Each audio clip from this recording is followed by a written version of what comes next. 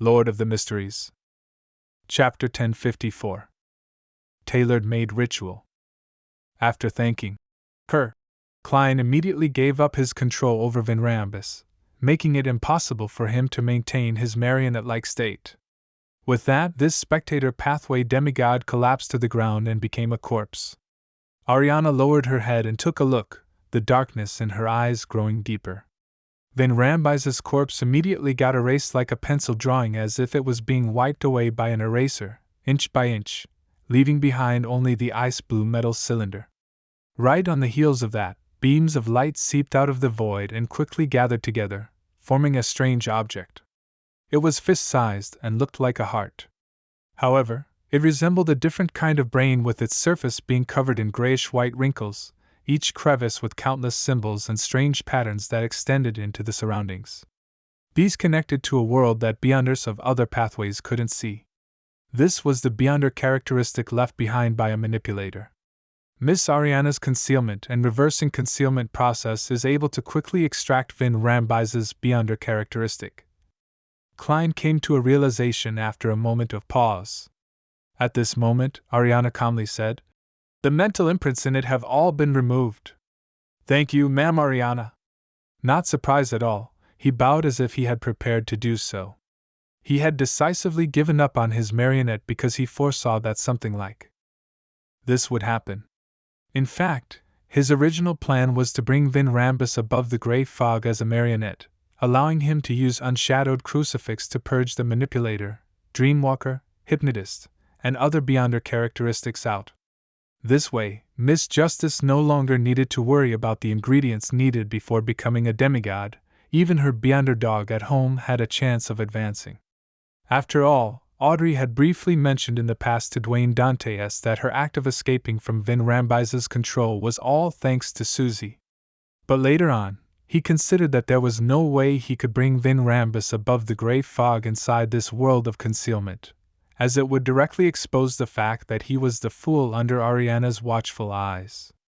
And once he left, no matter where he teleported to, there was a chance of being discovered by Adam because of Vinrambus's existence.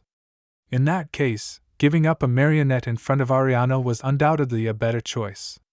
At least, this angel had a high chance of helping him remove the mental imprint on the Beyonder characteristic.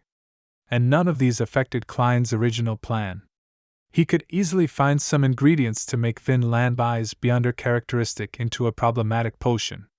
He would then pour it onto an ordinary item so that it could absorb the potion and transform. After obtaining such a sealed artifact and binding it with the unshadowed crucifix, he could obtain the corresponding Beyonder characteristics by keeping track of the time. As for the mental corruption during this process, there was no need for concern. The unshadowed crucifix could also cleanse it. Klein picked up Vinrambus's Beyonder characteristic, but he wasn't able to stuff it into the iron cigar case. He could only stuff it into his pocket. As for Ariana, she cast her gaze towards the ice-blue metal cylinder and said in an unhurried voice, "It's from the cosmos, so it's best you don't use it. Even you carrying it with you should be limited. Otherwise, a gaze might be cast onto you, causing you to be corrupted and suffer aberrations." From the cosmos? Klein found the description familiar. Soon, he remembered the origins of its familiarity. This originated from the yellow light, Venethan's prophecy of the apocalypse in Sights in the Spirit World, from the Abraham family.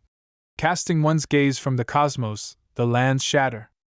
Everything in the world will cease to exist. The apocalypse. The origins of this sealed artifact is related to the apocalypse? What does the cosmos represent? What does it have to do with the astral world? A series of questions formed in his mind, making his expression turn heavy.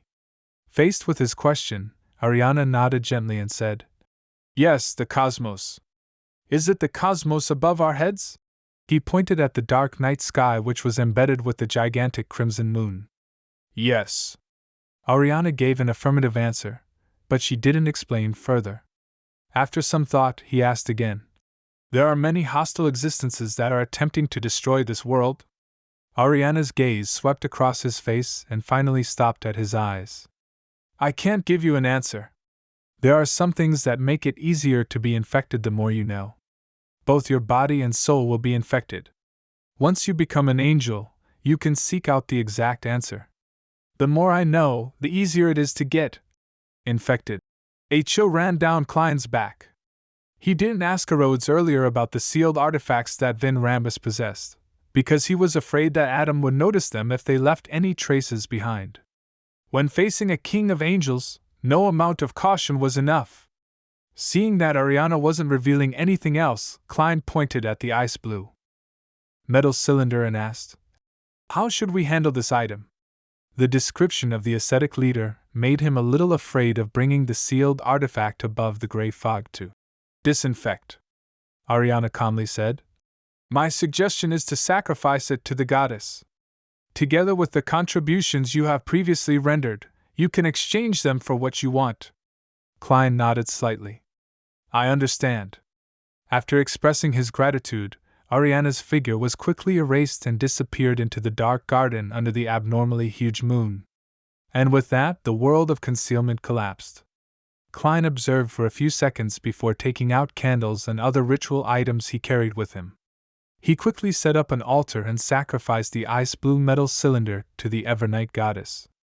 At the end of the ritual, amidst the howling winds, the burning ash of the herbs and the surrounding soil rose up and landed onto an empty spot on the altar.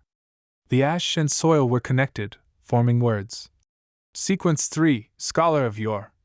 Main ingredients: Hound of Fulgrim, also known as Sapphira Castle Keeper, pair of eyes. 1 demonic wolf of Fog's transformed heart. Supplementary ingredients: 100 milliliters of Hound of Fulgrim blood, 30 grams of white frost crystal of demonic wolf of Fog, a large amount of real ancient historical records. Advancement ritual: be separated from reality for at least 300 years and consume the potion after one becomes history and doesn't belong to the present era. This? Klein couldn't help but blink, wondering if he had seen the wrong description. The description of not belonging to the present era made him think of a line in his honorific name. "The fool that doesn't belong to this era. I've been hanging above the extraordinary door of light for more than 300 years. In a sense, have I already completed the ritual and am only waiting to consume the potion? The mysterious space above the gray fog really has a very close relationship with the seer pathway. Could it be the manifestation of the uniqueness?" Klein was momentarily delighted but also grim. This was because he didn't know if a price was exacted for such a bestowment. "Phew, I really want to jump to a neighboring pathway after becoming an angel to not follow whatever path was planned for me." For other bizarro sorcerers, the hardest part about the advancement ritual is to live for more than 300 years. After all, this isn't a pathway that's known for having a long lifespan. Also, being separated from reality for 300 years easily drives one mad. For bizarro sorcerers who are in a dissociative state, the risk of madness and losing control is quite significant. Klein looked at the Scholar of Yore's potion formula as thoughts couldn't help but flash through his mind. After an unknown amount of time, he ended the ritual and put away the corresponding items. As he walked out of the garden, the gigantic crimson moon and the pitch-black darkness faded away, disappearing inch by inch. Then, he saw fresh autumn flowers and the sunlight shining above them. He also saw a blonde girl waiting in between the house and the garden. Audrey's eyes wore an elated look as the corners of her lips curled up unconsciously. Klein nodded at her before his figure was enveloped by scarlet flames. Elsewhere in the garden, there was another flame soaring in the air, but it wasn't obvious. When the flames dissipated, Gehrman's sparrow was gone. The remnants of the crimson moon and the night scenery vanished completely. Audrey fell into a daze for a few seconds before thoughtfully looking away and entering Viscount Glaint's residence. After she left in a carriage with Susie and the servants, she returned home and had a chance to be alone. As expected, she received the world's invitation for a meeting. Above the gray fog, inside the palace, Audrey looked at the world Gehrman's sparrow and calmly asked, "What was Vin Rambis's true goal?" She had long known from Gehrman Sparrow's calm composure that Vin Rambis had been finished off. Klein answered frankly, The first is to find out if there's a mastermind behind Zio and Furz's actions. Secondly, when the princes expressed their goodwill towards Earl Hall's family, the cue is for you to not be an obstacle. In essence, it's to create a fracture between the three major churches. With regards to this matter, Audrey had already discussed it with Mr. World before.